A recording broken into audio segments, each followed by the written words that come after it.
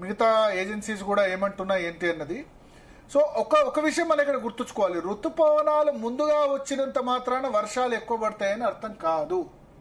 ఋతుపవనాలు ముందుగా వచ్చినా లేటుగా వచ్చినా టైంకి వర్షాలు పడటము లేదా అన్నది ముఖ్యంగా, ఋతుపవనాలు ముందుగా వచ్చినంత మాత్రాన ఈ సీజన్లో బ్రహ్మాండమైన వర్షపాతం ఉంటుందని చెప్పలేము. అది ఎప్పుడు కూడా కరెక్ట్ కాదు. ఋతుపవనాలు ఆలస్యంగా వచ్చినంత మాత్రాన ఆ సీజన్లో రెయిన్ఫాల్ ఉండదని కూడా కాదు. సో అందుకని మనం ఈ విషయం గుర్తుపెట్టుకోవాలి. కానీ మాన్సూన్ ఆలస్యం వల్ల నగరాల్లో ఇంకా హీట్ పెరిగే అవకాశం ఎక్కువ. ఎస్, ఆబ్వియస్లీ ఇప్పుడు 29th వరకు కూడా 28th 29th వరకు కూడా విపరీతమైన హీట్ వేవ్స్ ఉంటాయి. కానీ 29వ తేదీ తర్వాత కొంత ఈ హీట్ వేవ్స్ తగ్గుముఖం పట్టే అవకాశం ఉంది. కారణం ఏంటంటే వెస్టర్న్ డిస్టర్బెన్స్. మనకు ప్రధానంగా ఏంటంటే ఈ గాలులంతా కూడా ఎక్కడి నుంచి వస్తాయి, రాజస్థాన్ నుంచి, ఇక్కడ బికనీరు, జోధ్పూరు, జైసల్మీర్ ఇదంతా కదా ఈ ప్రాంతం. ఈ బికనీరు, జోధ్పూరు, జైసల్మీర్, రాజస్థాన్ ఎడారి ప్రాంతం నుంచి మనకు ఈ గాలులు మన విదర్భ, తెలంగాణ మీదుగా వస్తాయి.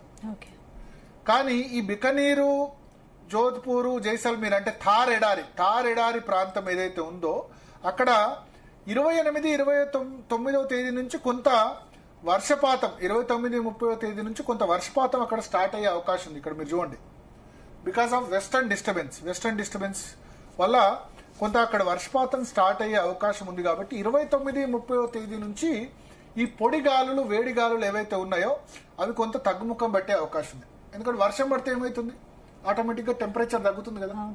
సాయంత్రం అయ్యేసరికి వర్షం పడితే టెంపరేచర్ తగ్గుతుంది.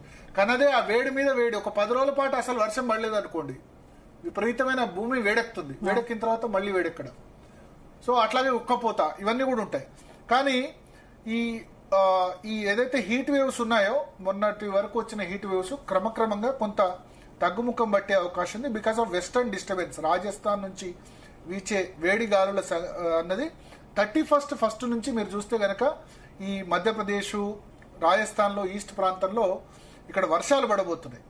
అంటే ఎడారి ప్రాంతం, పూర్తి ఎడారి ప్రాంతం కాకుండా ఈ వర్షం పాతం ఏదైతే ఉందో దానివల్ల ఇక్కడ నుంచి వేడి గాలులు తెలంగాణకి లేకపోతే కోస్తాంధ్రకి, విదర్భ ప్రాంతాలకు ఏవైతే వీస్తాయో ఆ వేడి గాలులని ఈ వర్షపాతం వల్ల కొంత మేనేజ్ అయ్యే అవకాశం ఉంది. కానీ తెలంగాణకి నెక్స్ట్ 10 days లో 31st ఫస్ట్ రెయిన్ కొంత పడొచ్చు అని ఎక్స్పెక్ట్ చేస్తున్నారు.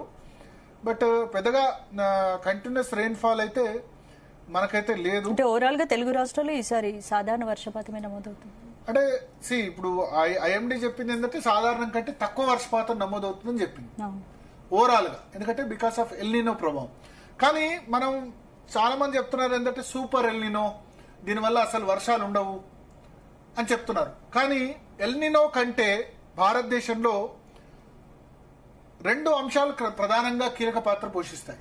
ఒకటి ఐఓడి అంటే ఇండియన్ ఓషియన్ డయాపోల్, అంటే హిందూ మహాసముద్రంలో ఏదైతే ఏర్పడుతుందో. ఎందుకంటే మనకు ఎల్నినో అంటే పసిఫిక్ మహాసముద్రంలో గాలులు వేడెక్కడాన్ని, అంటే పసిఫిక్ మహాసముద్రంలో టెంపరేచర్స్ వేడెక్కడాన్ని ఎల్నినో అని చెప్తారు.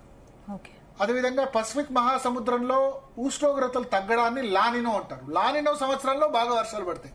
పోయిన సంవత్సరం లానినో. ఎల్నినో సంవత్సరంలో పసిఫిక్ మహాసముద్ర టెంపరేచర్స్ విపరీతంగా వేడెక్కుతాయి. వేడెక్కడం వల్ల ఏం జరుగుతుంది, అల్పపీడనాలు, వాయుగుండాలు ఇట్లా రాకపోవడం వల్ల వర్షాలు తక్కువ పడతాయి. కానీ మన ఇండియన్ క్లైమేట్ ని మనం ఎక్కడున్నాం, బంగాళాఖాతంలో, అరేబియా